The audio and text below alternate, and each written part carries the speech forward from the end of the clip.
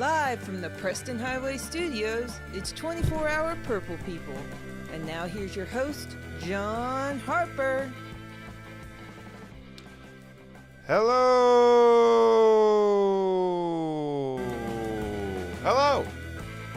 Here I am, finally. Welcome to 24-Hour Purple People. My name's John Harper, and I'm absolutely thrilled to have you along for the ride today, as we are all set for another rendition of the program, this time as the Eastern Conference champions of the USL. What a night last night at Lynn Family Stadium. We'll get into all the details of the game, and of course we have a big game coming up tonight that's going to determine a lot, obviously, for Louisville City home field, and we'll talk about the matchup potentially against those two teams. If you are new to the program, we welcome you. There's yellow cards, there's red cards. I'm not going to explain tonight. I don't feel like it. We're going to go right to the main show screen. I got two beauties for you here tonight. Ladies and gentlemen, Ken Luther and Hope McPherson. Hello. Hey. We are the champions of the east side of the Mississippi. Well, there's a few teams that are in the east that are to the west. Never mind. Anyway. Yeah, neither of you is as hoarse as I was expecting you to be. What's up with that? I am surprised because I had that thought last night that I was not going to have a voice today, mainly because I ended up getting to hang out with your hot-ass wife for a good portion of the second half. And I feed off energy around me. And if you've never rode the rail at the stadium with Katie Harper, I highly encourage you do so. We screamed our butts off. And I thought for sure I was not going to be able to talk today. Oh, yes. She is. She's quite intense, isn't she? Oh. She's not what you would think. She's very, you wouldn't expect it. Ken, I know you've seen that side of Katie a few times.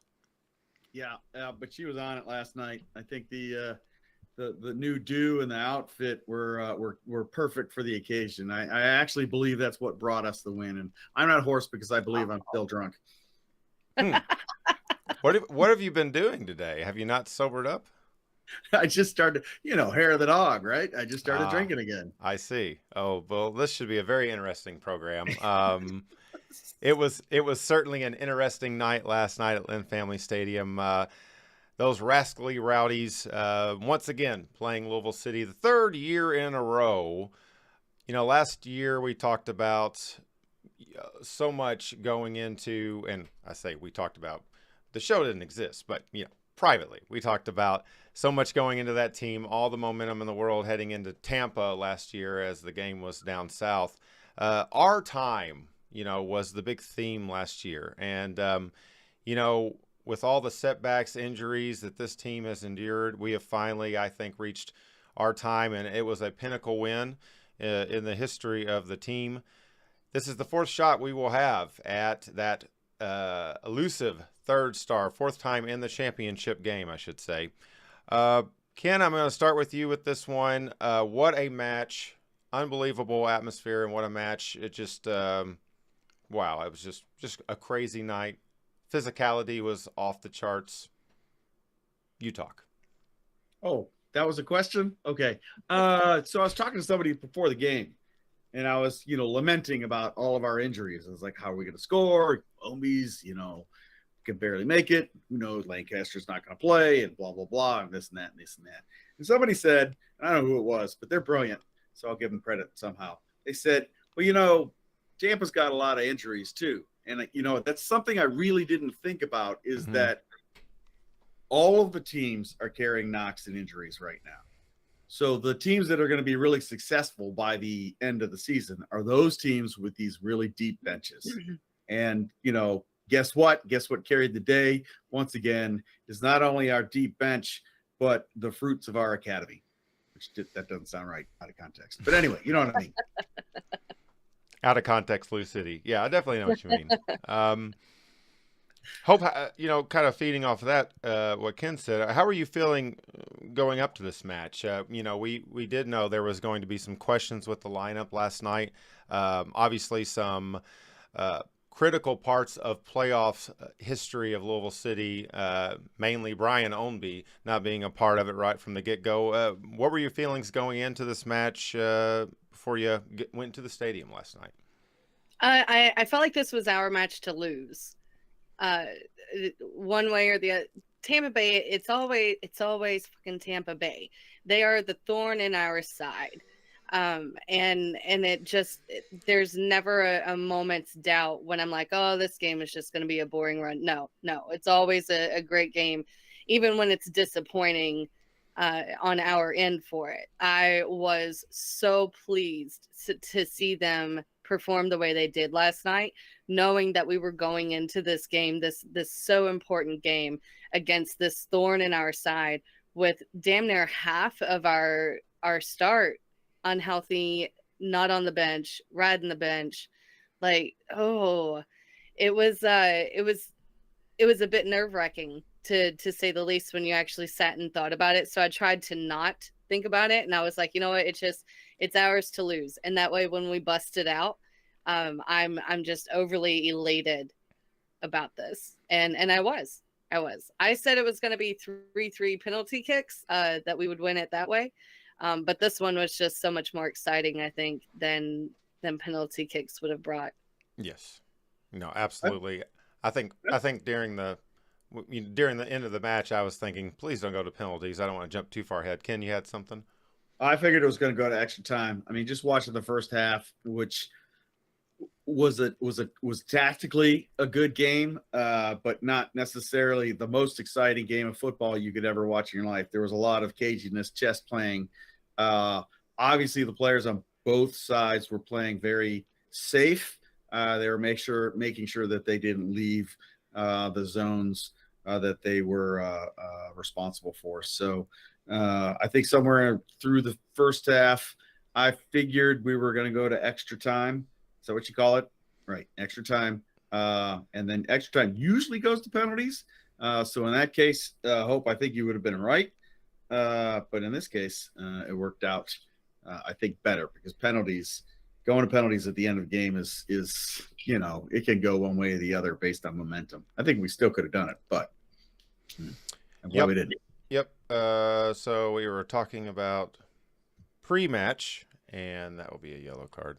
What? So entering this match to start off. Record setting on cards here. I'm just kidding. Somewhat kidding. No, that's actually my main note takeaway. We'll get into the game. The biggest takeaway I had was, wow, physical match. We saw a lot of, just 26 fouls in total, basically sums it up.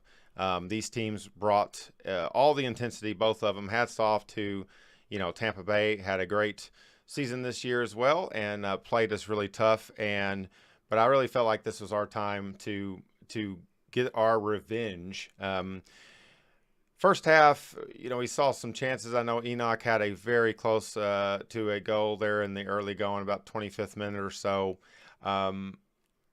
Once again, Danny is a substitution wizard, making the right calls at the right time, bringing on the right players. Brian Ownby making his return. And also we saw Elijah Winder enter the game about the same time. Breaking down some of the things we saw in this game, you have to really think Danny Cruz, who got snubbed, frankly, on the USL Coach of the Year. This guy has been out of sight for us. Just an unbelievable job by Danny. A tremendous job by Danny. Tremendous job. How he was snubbed for Coach of the Year is beyond me. I just don't understand that, and I would like for someone to please break that down for me, like I am a kindergartner. And just I don't get that with what he's been able to do with this team this year. And I mean, the constant setbacks that we've run into with injury, and knowing exactly who to put in at the right time and to make the right impact. It shows every single time he puts that sub in. Every single time there's an immediate or a gratification for that action. And I really appreciate just how brilliant he is with that ability. Yeah, I saw some posts about that. Louisville City is expected to be a good team, and that was one of the reasons that maybe Danny got snubbed. I hate that analogy because, here you got a guy that this is his first full season. He has had numerous injuries and lots of things to have to deal with as a coach, and bringing up, he's got assistant coaches that help him, of course, but he's done a great job. I think going back to last night, right around the red card, which we're about to get to, Danny brought in Joshua, the other superstar winder, and Napo also coming into the game. Ken, how do you like these substitutions right here at this red card? The red card to Corbin Bone, of course, something we did not want to see at this match, but in the 82nd minute, Corbin with a not so great foul there, not so great red card. Yeah, hands to the face, you're going to get a red card every time the ref sees that. So I hope that's not the last time we ever see Corbin play professionally, but it may well be. I mean, he's in the twilight of his career, and he certainly won't be able to play next game because it was hands to the face. And whether you think it was justified or not because of the other on-field antics that were occurring with the other player, you can't put your hands to the face of another player. I mean, it's super emotional, and it's super hard to keep those emotions in check. And I understand that it happened. It's okay. It worked out for us. Danny Cruz's substitutions. You can fault Danny Cruz for losing the game last year in Tampa based on the substitutions that he made. I don't necessarily fault him for that, but one can, because near the end of the game, we had a lead, and he pulled off all of the offensively minded players and put on defensively minded players. They tied the game. Tampa tied the game up, and then came back and won. And he did the honorable thing and took the criticism for that at the end of the season, if y'all recall. Mm-hmm. His substitutions this year, you're spot on, have been very good and very timely. I think Danny Cruz also knew it was going to go to extra time, or also felt it was going to go to extra time, and that's why we didn't see a single sub until the 65-minute mark, which is about when normally you'll see subs maybe a little bit before that, but that's when we saw Brian Ownby, and I was very happy to see him come on, which means he's definitely on the road back to health. And then they did a line change basically. Because Harris and Mushagalusa were worn out, and then they brought in some fresh legs, So I think with Oscar coming on, he doesn't have the legs like he used to, but he's got those touches to the balls on corners and set pieces, which is a fantastic way to bring him on at the end of the year. And Napo also has been extremely impressive off the bench. He's always been impressive with the energy that he brings. But I think there's not only energy, but there's wisdom and a lot more understanding of what his role is and where he's supposed to play on the field. So I was extremely happy with the way the substitutions went, and going a man down and coming back and winning the goal in extra time, predominantly based on, the way Danny Cruz managed the legs on the field. I think is definitely attributed. That win is attributed to him. Hope he had to manage this game when you see a Bone go down with that red card. When you see a ref who doesn't have the ability to. What was that? What did you say?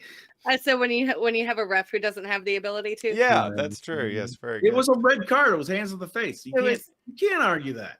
No, I get that, but it was out of control long before that happened. That was just the icing on the cake, so to speak.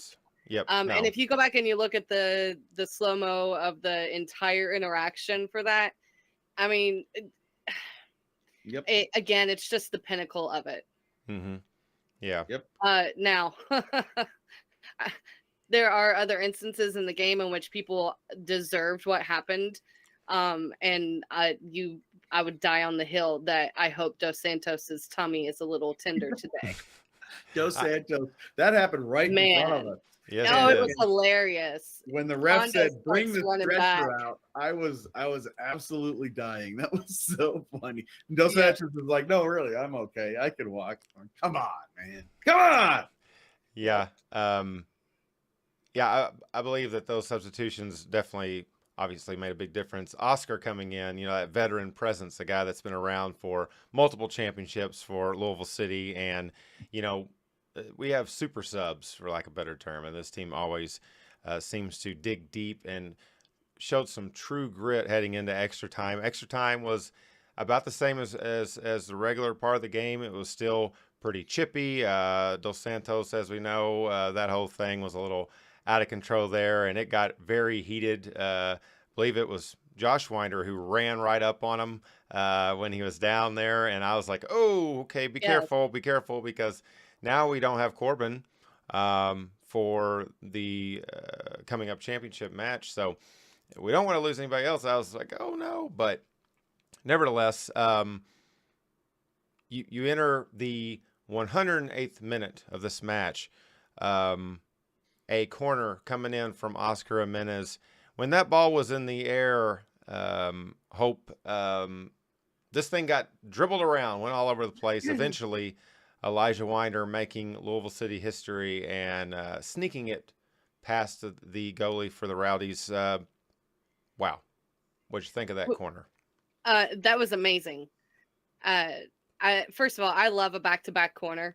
I love to hate a back-to-back corner because there's a good chance that they're going to short play it, and that's what drives me insane. But seeing that all play out right there, because I was literally over top of it, was just incredible. Even better so is what Josh said about that goal. So he said, we got a corner, the ball comes in, it actually hit my shoulder, glanced on my shoulder, said Winder. Then it bounced around and I turned around and I was like, oh, there's the ball right there. So I just threw my foot at it, went through a couple of people, finds the net, then we go off and celebrate. You love it. You love to see it. That's awesome. He's just so casual about it. Like I can totally put myself in that spot right there. Do a couple of spinabouts and I'm like, oh, ball, boom, net, cool. Yeah, I mean, when you got so much going on there, so much back and forth. I mean, it's hard to even see it live when you're just all you're really looking at is the feet and the ball. It's like, and then all of a sudden hits the back of the net. Ken, prior to that and after it as well, I don't know if you noticed, but I certainly did. The stadium absolutely exploded. We were doing the city chant, the city, yeah, whatever. That's the official title of that song. A bunch of does and then city. City. Yep. But I've never heard the stadium all do that together. Everybody in the stadium seemed to be doing it. It was electric, and I think Danny Cruz even talked about that when Louisville City went down a man, that the fam became that player and really made a big difference in how this game ended up. How did you feel with the corner and the atmosphere during that point in the game? Yeah, I mean, that was the corners, and that goal is not going to win prettiest goal of the year, that's for sure. But nonetheless, it was a goal and it was effective. And the interview with Elijah is hilarious. Yeah, it's definitely recommended viewing for people because I think he still was, for lack of a better term, buzzing from the win. So, when he did that interview, he's like, I just stuck my leg out. It was awesome. The atmosphere was great. To my knowledge, was the first time we've gotten that many people doing a single chant, other than when the rapper, what's his Harlow, right? Jack Harlow did a little bit better than that, but the second best thing was last night. So fantastic singing and crowd noise, and the Estopano end was packed, and so a lot of people, including myself, potentially, maybe not, were standing up on top of the rails by the end of the game. We didn't have any flags though, which was kind of sad. Yeah. How's the knee? It hates me right now. Oh no. I saw you on the rail and I was thinking, yep, all the progress made. Yeah, I know. I set myself back. Yep, I did. Hate to hear that about your knee. Yeah, they'll fix it. We'll Yeah. chop I on did it. watch the game back, and when that goal was scored, so you could hear everyone chanting through the broadcast. And when that goal was scored, if you've ever heard Mike Watts call our games, he's one of the best, like if not the best in the biz as it is, because he has this knack for maintaining his unbiased delivery, so to speak, of his calls. But we know deep down where his loyalty lies. But so it doesn't matter which team it is. Anytime something is done in a very well manner, he gets excited about it. And when a goal is scored, he gets even more excited about it. And so the crowd, the feedback of the crowd in the fam when that goal was scored almost toppled over Mike's voice, which was a clear feed in for that game. It was amazing. It sounded like it burst whatever speakers they were using. It was fantastic. It distorted like for a good second and a half, 2 seconds. It just like had this distortion sound. That was huge. And once again, Kyle Spriggs with an amazing video, showing all the highlights and everything. Does anybody know? I know who the man of the match was. I thought it was it wasn't Moosh last night. Did it end up being Dia? Because I thought they announced man of the match and then immediately subbed him off. Was it Dia? I'll let you keep guessing. Oh, it was Manny. Yeah, Manny. Can you believe it? Yeah, Manny. But should it have been something that rhymed with Manny? Should it have been Danny, who we have not mentioned? A clean sheet for the man who has been placed in a very tough position, replaced Kyle Morton. Wow, Danny really stepped up. Ken, your impressions on this story in itself? A walk-on, a guy that paid his way to Louisville, we talked about last week, stepping up, just crazy how all that came together, and it ends up with an Eastern Conference championship. Well, like Morton, he's got a great line in front of him. And I thought, some of the best players in the match last night were, Wes Sharpie, Shantosh, Dia, Manny Perez, and defense. Tyler Gibson right in front of him. And Tyler Gibson made it a long way. I mean, he got subbed off, 110 minutes or something like that. So that is wonderful because he is one of our most important players. But let's go back to the goalkeeper. Normally I would say, yeah, but has he really been tested? And the answer to the question is, yes, he has really been tested. He's come up with saves. And, part of the clean sheets are earned by the defense, but also he's earned those clean sheets himself. So he's got the confidence, he's got the ability, and I have no problem going into a final with him or Kyle Morton. I'm comfortable with both. It's a very similar situation for the old schoolers of when we had Scotty Goodwood and Greg Ranjitsingh on the bench.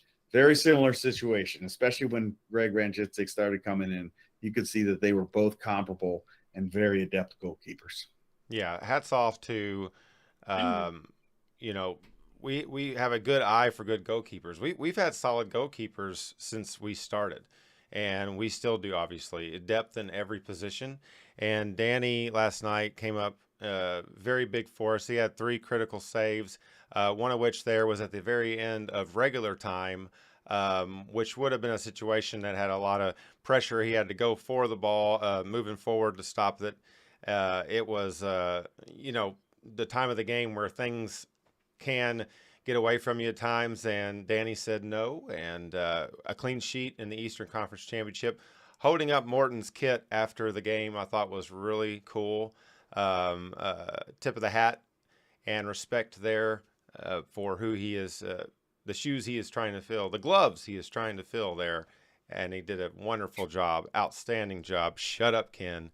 That was I terrible. Thought it was great. Come on. I John, thought it was great. Thank you very much, Hope. You're not going to get any yellows or red this show because of that, and calling Katie sexy as well. John Bennick says, our section was standing from the crowd, from the corner until the end of the game. So they were all standing up in the stands, in the seats. He said he doesn't think he's seen that before from the crowd. I mean, it was all over. It was electric. When the whole stadium comes together like that on something, And whether it just be standing up or whatever, or just being loud, however, it really does make a difference on the pitch. It was also a beautiful night weather-wise.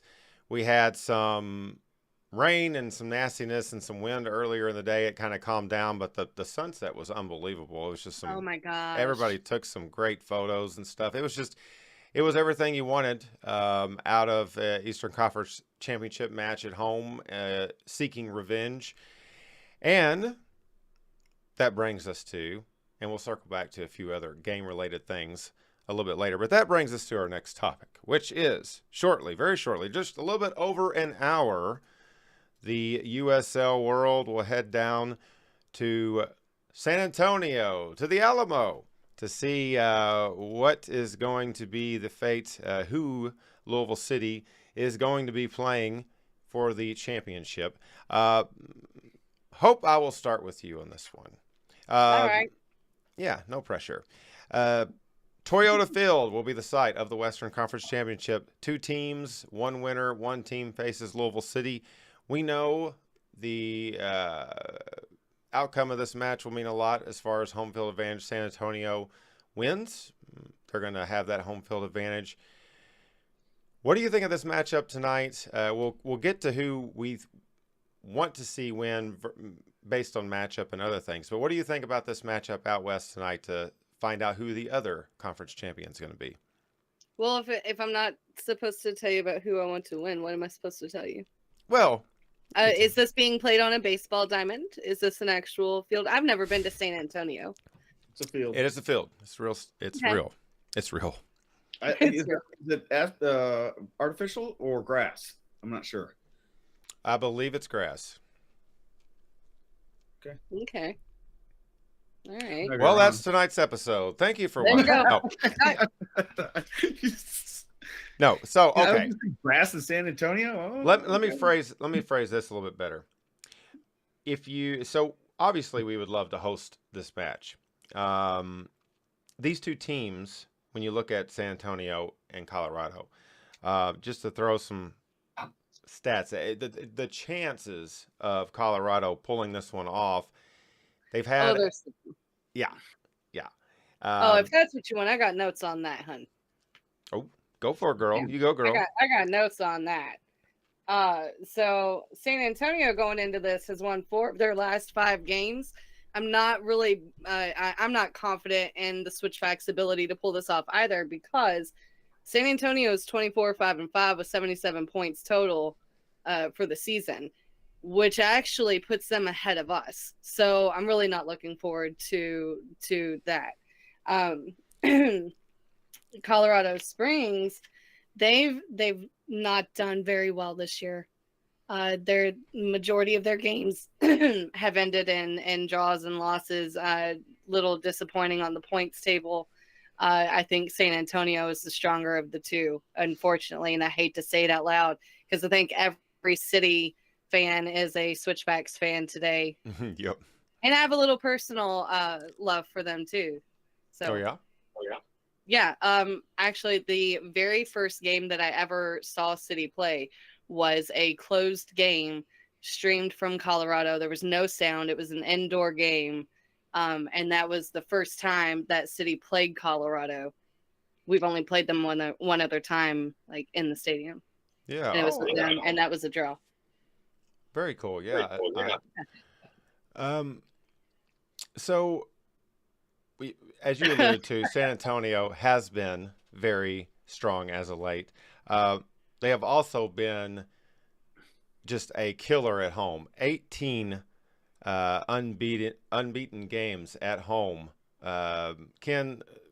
Colorado has got some serious strikers, and they got some serious high-powered offense. These teams have played twice this year already, 1-0 both times to San Antonio. Colorado has not gotten the win. What do you see out of this match in the West, and what do you see out of these 2 teams? Yeah, it's intriguing because San Antonio is a defensively minded team that plays on a counter, and Colorado does almost the opposite. So I'm actually really looking forward to watching this. I think if anything, any team can take down San Antonio, I think we can, and I think Colorado can as well. Colorado started out really hot on this year. I think they were in first in the West for a little while. Not sure if they got injuries or what happened, but they fell off the mark and I guess started picking up draws and all that. So I still think San Antonio is going to win, unfortunately, because I don't want to play them because the thing that San Antonio has is they've got a lot of size and speed, and they can really not park the bus, but they can control the midfield, especially in the middle third, and spring their attackers to counter on you, and that's just not something we've suffered from that in years past, and that is just not something I want to see again. So I absolutely want Colorado to win, not only because I think we'll match up better against them, but of course for the home game too.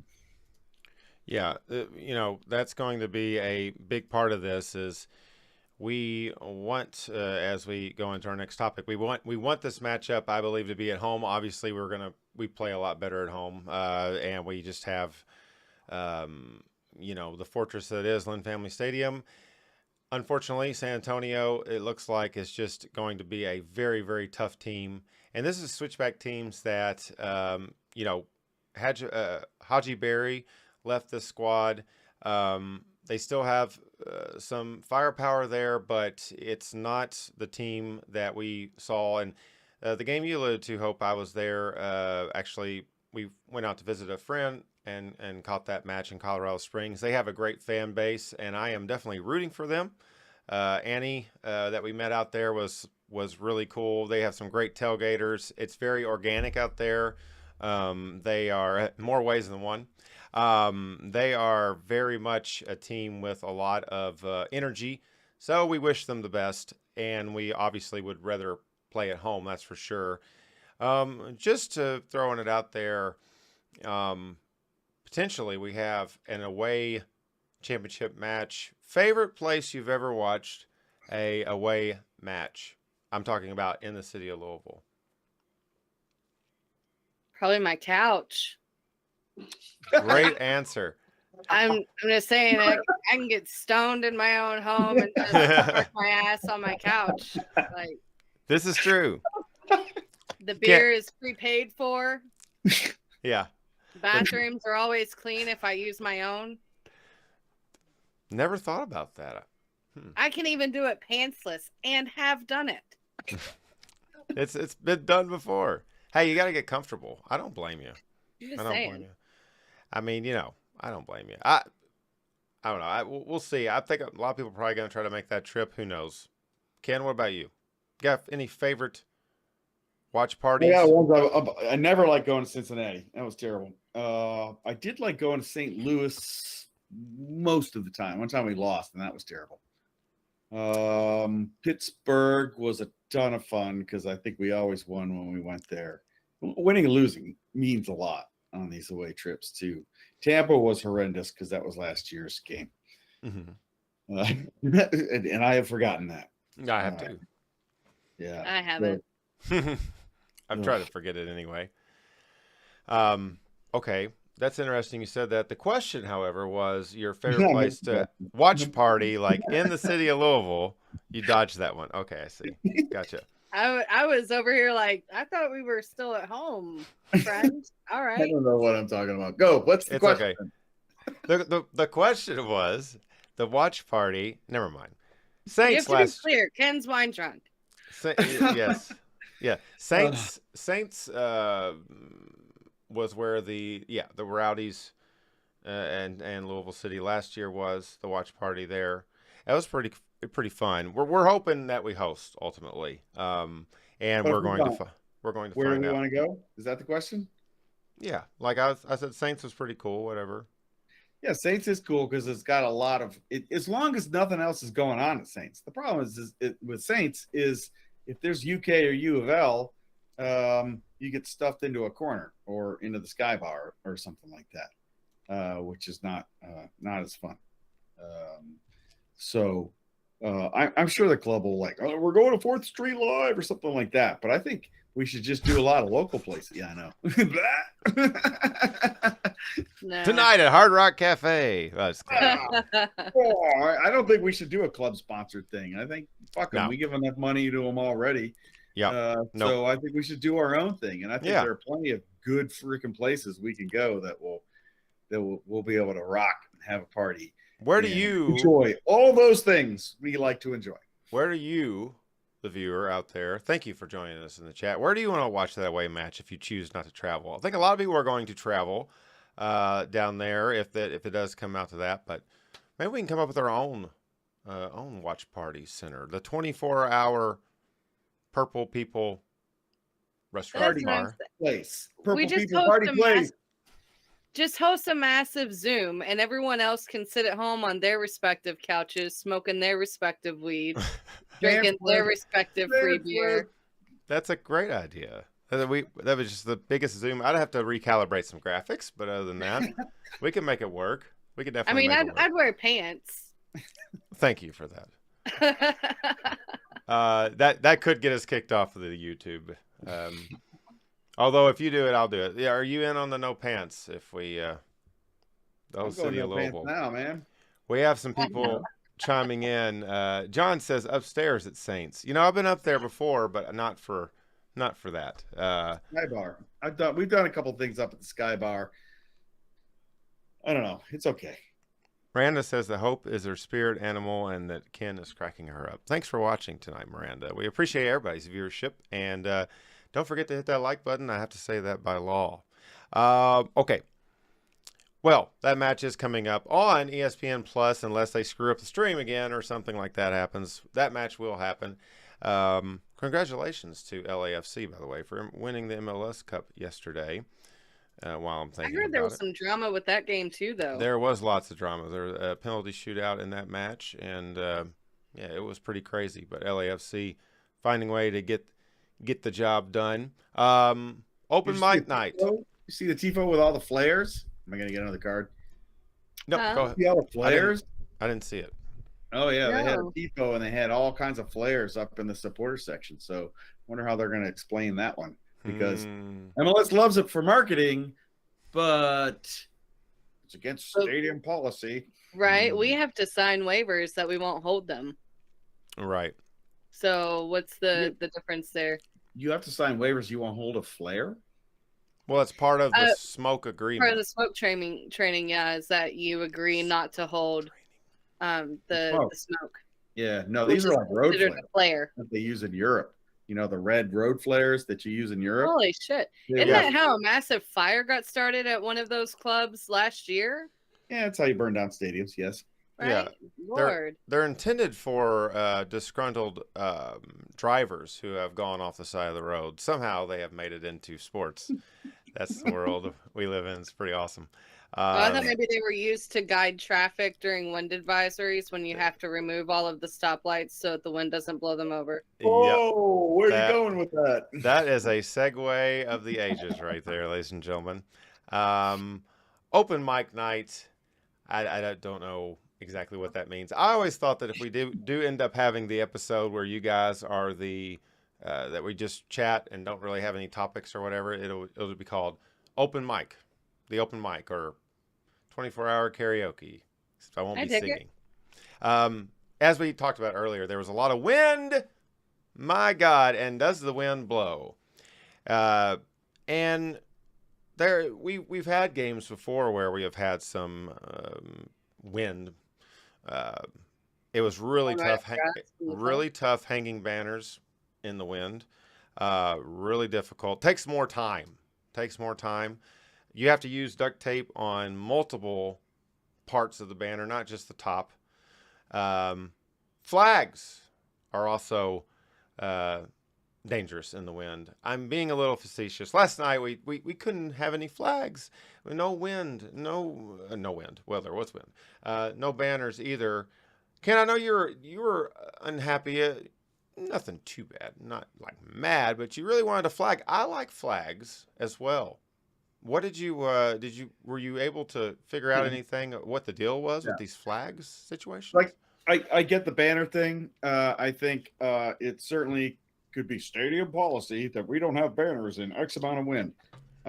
Which, if you measure I get it. No, I get it, right? That's never happened in the history of our club before. The only time we've elected not to put up banners is A, when we're really fucking pissed off at the club like we are now, or B, we made that decision on safety ourselves. The club's never said anything one way or the other. And I don't think anybody knew it was a stadium policy until yesterday. They made the wind call at the highest wind point of the day, which was what 2:00 in the afternoon. And then, it's science. You can see that the wind is going to go down through the whole day. And I got it. I can pull it up on my phone right now if I want, put it up on my little app, and I can see the wind direction and the wind speed and what it's going to be in an hour and blah, blah, blah, blah, blah. So we get into the stadium, and I get it. They use it as an excuse so that we wouldn't say, fucking jock out and fucking niece out. Well, guess what? Both James and John had their birthdays the other day. So that was fucking brilliant. Cheers to whoever did that. I mean, Joel Brown. And Legend. Yes, absolutely legend. And you know what? If we can't hang banners, we're going to find other ways to do it. And they're never going to know how we're going to do it because we're going to do it different every time. Regardless, got the banner. All right, whatever. So flags. All right, so the wind dies out. And it's like the first half, and there's like barely any wind. And I'm like, we need flags. We don't have any flags that say, fuck you, John Neese, or anything like that. All we have are all our normal flags. So if we do it right, at halftime, we can safely get the flags into the stands, and we can wave flags while our team is attacking towards us with the flags. And I felt that we were going to go to extra time, so we'd have flags for then too. And if we go to penalties, we really want flags for then too. So I was standing next to John, and I said, John, I'm going to go see if we can get some flags. And I texted Herman, we need flags. And I march off. And then I said, first, I must pee. So I went and I peed, and I saw a guy in the latrine with a radio. And I was like, radio man, how do we get flags? And he looked at me like, who is this idiot?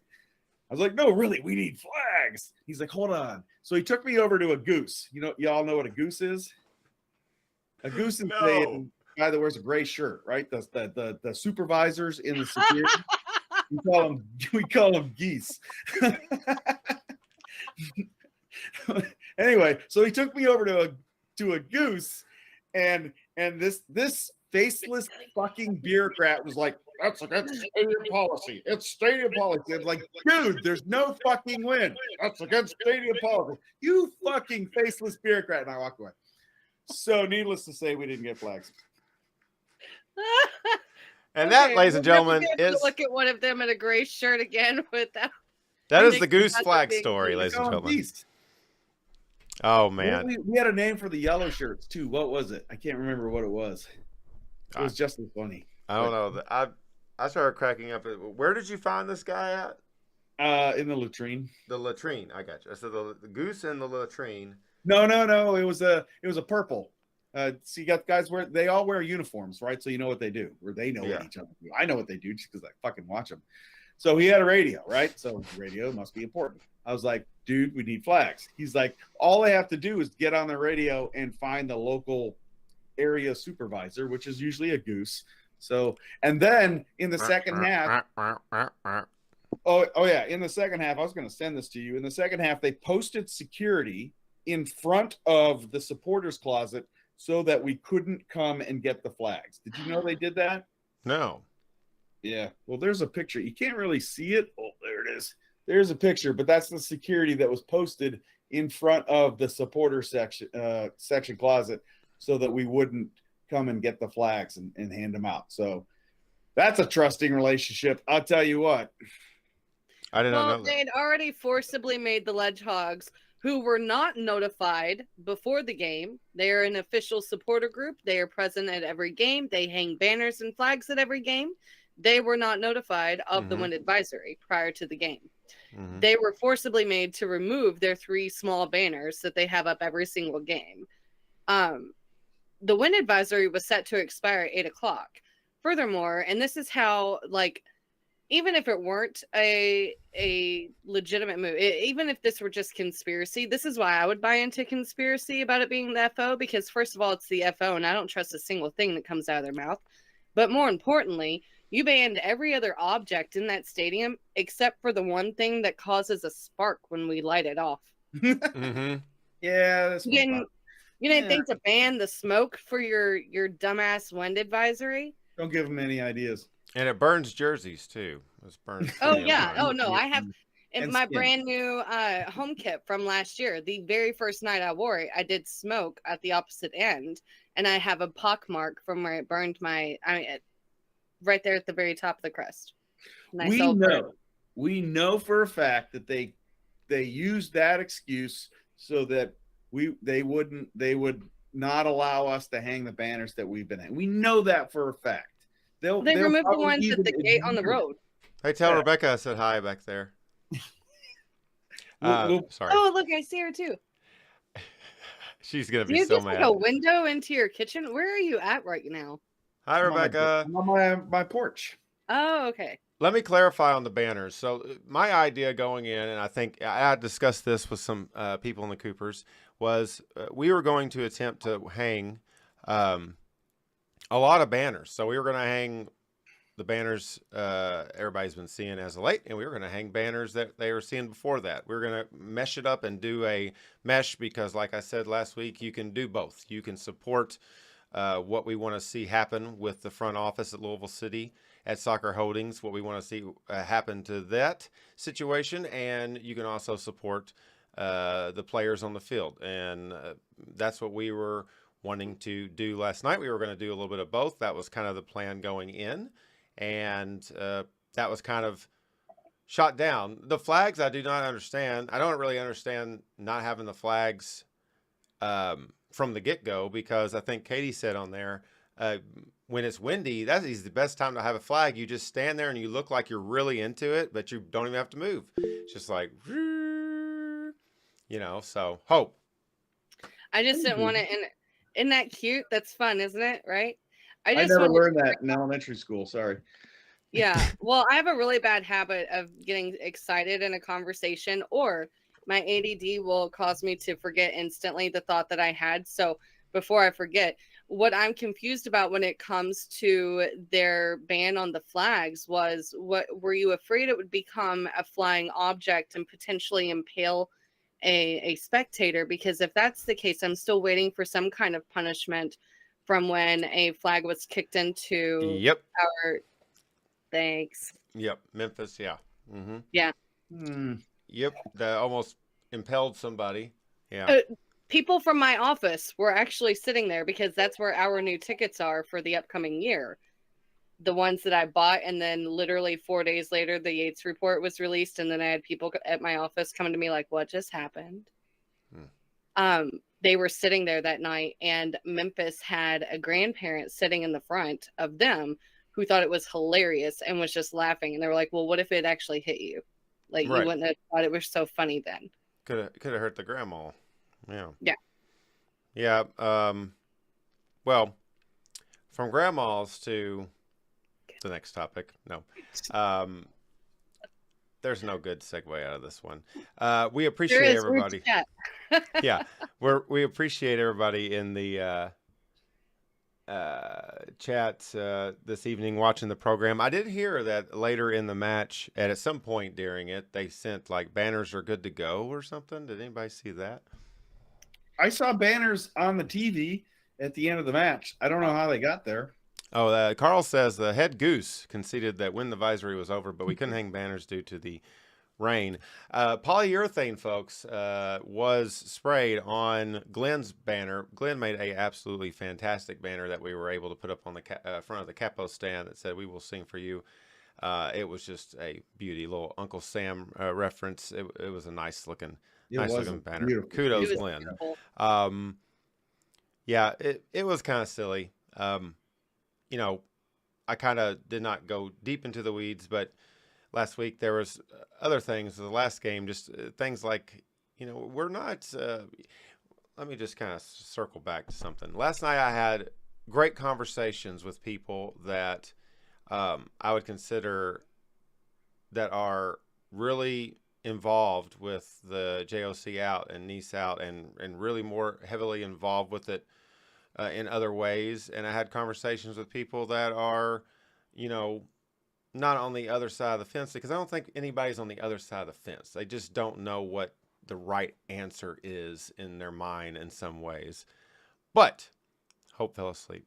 But I will say this, going through all that, it was a lot to see, a lot to soak in. But it was good conversations in both way, and there was a few people that got upset at times. I know they've been upset about.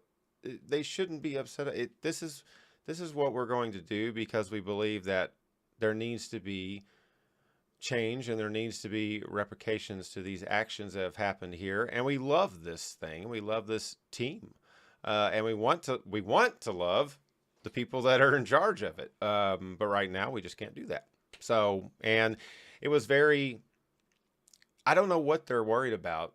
What other banner are you going to see? The who knew, and the other two are very cut and dry. What else could possibly be on any other? You're not going to have a banner that's. I mean, you can put whatever you want on there. I'm just saying, it's cutting to the chase. It's not like there's much more to say. I was disappointed that we weren't able to do that and hang the other banners. We have some great player banners. And it'd been nice to have them up, but ultimately we got the result we wanted on the field. Now we just need to get two things: a third star and results off the field, right? So, yeah. Are you guys excited to watch two random teams this evening that you normally would not care anything about? How does it feel? Isn't that weird when that happens? I really enjoy being neutral in games. One of my favorite things is to just sit in my own little time and watch some random hockey game or watch some random soccer game where I have no interest in either party at all. I get to just enjoy the game, cheer for a good play, a good call, boo for a bad play or a bad call. And I'm a winner either way. Yep, you are a winner in my heart. You're definitely a winner, Hope. Ken, what about you? You watch a lot of random soccer and stuff like that. You have a book or two about soccer. You know the game of soccer. How do you feel when you're watching these teams that your heart's not really in the actual matchup? Are you excited about tonight? Yeah, I'm very excited about tonight because we're going to play the winner. So I want to know the strengths and weaknesses of each team, and I want to know what kind of tactics they play. I know a lot more about San Antonio because I watched them play Oakland last week, and I've kind of looked at their stats through the year, and they play a very consistent style. Colorado is a little bit, I don't know as much about them, so I'm really looking forward to seeing that. I prefer watching soccer live because you can see the whole field. Of course, then I usually have a couple of beers and whatnot. So it balances out. Yeah. Okay, never mind. Disregard that last point. Yeah, I'm looking forward to it as well. And let's hope that we see that Colorado Springs coming up with a big W. Technically, I guess it would be an upset. I think Rebecca said earlier in the chat that she put a bet on this game. Ken, can you verify that there has been a bet placed on this matchup? She did not. She did not bet on this game. Sometimes she'll bet in order to try to lose money, but I don't think she did that this game. The odds are shitty. Oh, posting that $1 bet on Colorado would yield $3.30 and $1 bet on San Antonio would yield 65 cents. Oh, yeah. Okay. So that just tells you basically the odds. San Antonio is the heavy favorite. Gotcha. Yeah. Rebecca would also like to know. I thought I didn't know what was popping up under our faces there either. Can someone tell me the clever names under Hope and Ken? It's too small on my iPad to see. I see something teal related under Hope.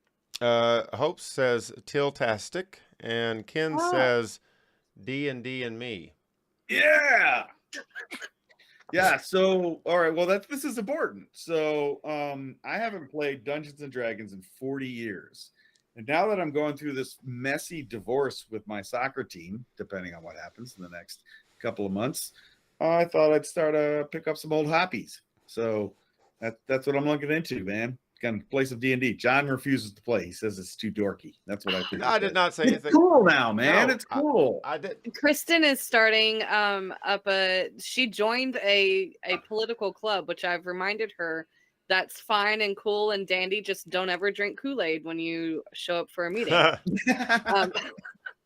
But she joined them because they have a D&D league, and she's been wanting to play D&D.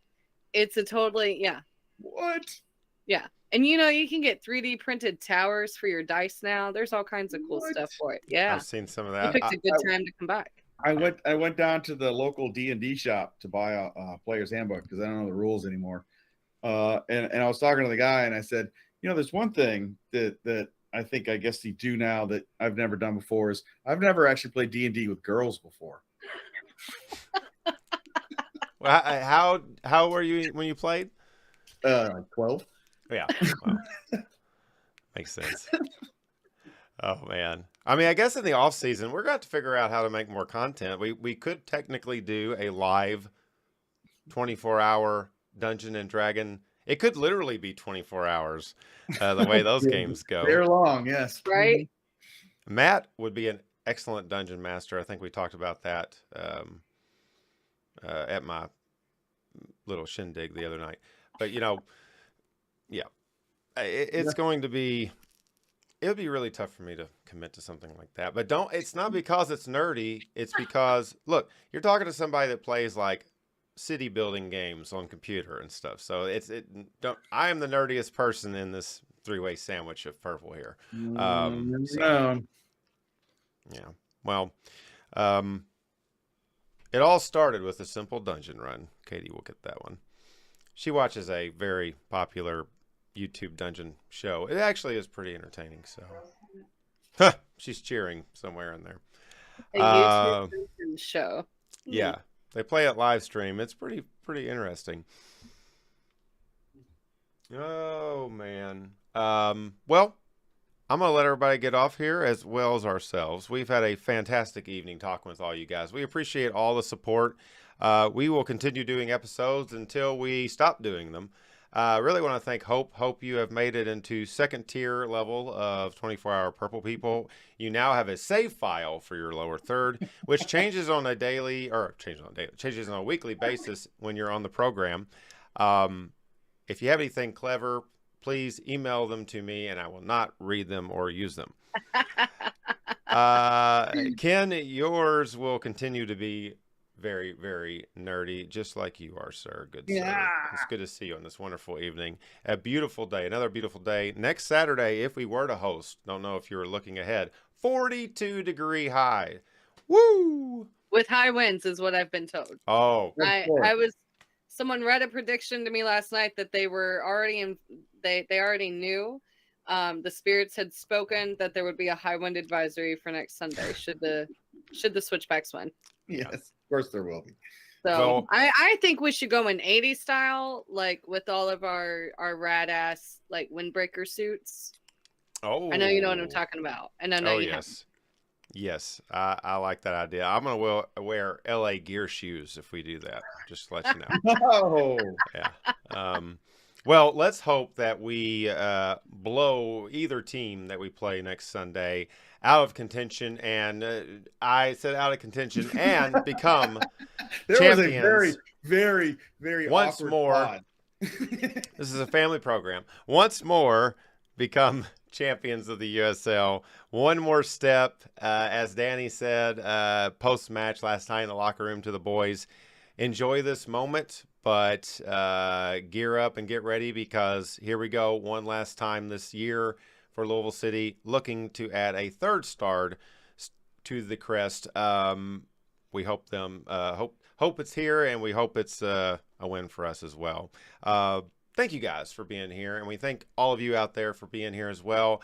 As you know, we're on Facebook, Instagram, Twitter, and all that good stuff. We actually got like a Twitter. We got like 10 likes on a Instagram, I should say, Instagram post. 10! That's fantastic. I'm so proud of you for figuring out how to use it. Thank you very I have much. it. You hold your phone vertically like the kids do, and that's how it works. You can see it better, apparently. We'll be Nice. on tic-tac-toe before you know it.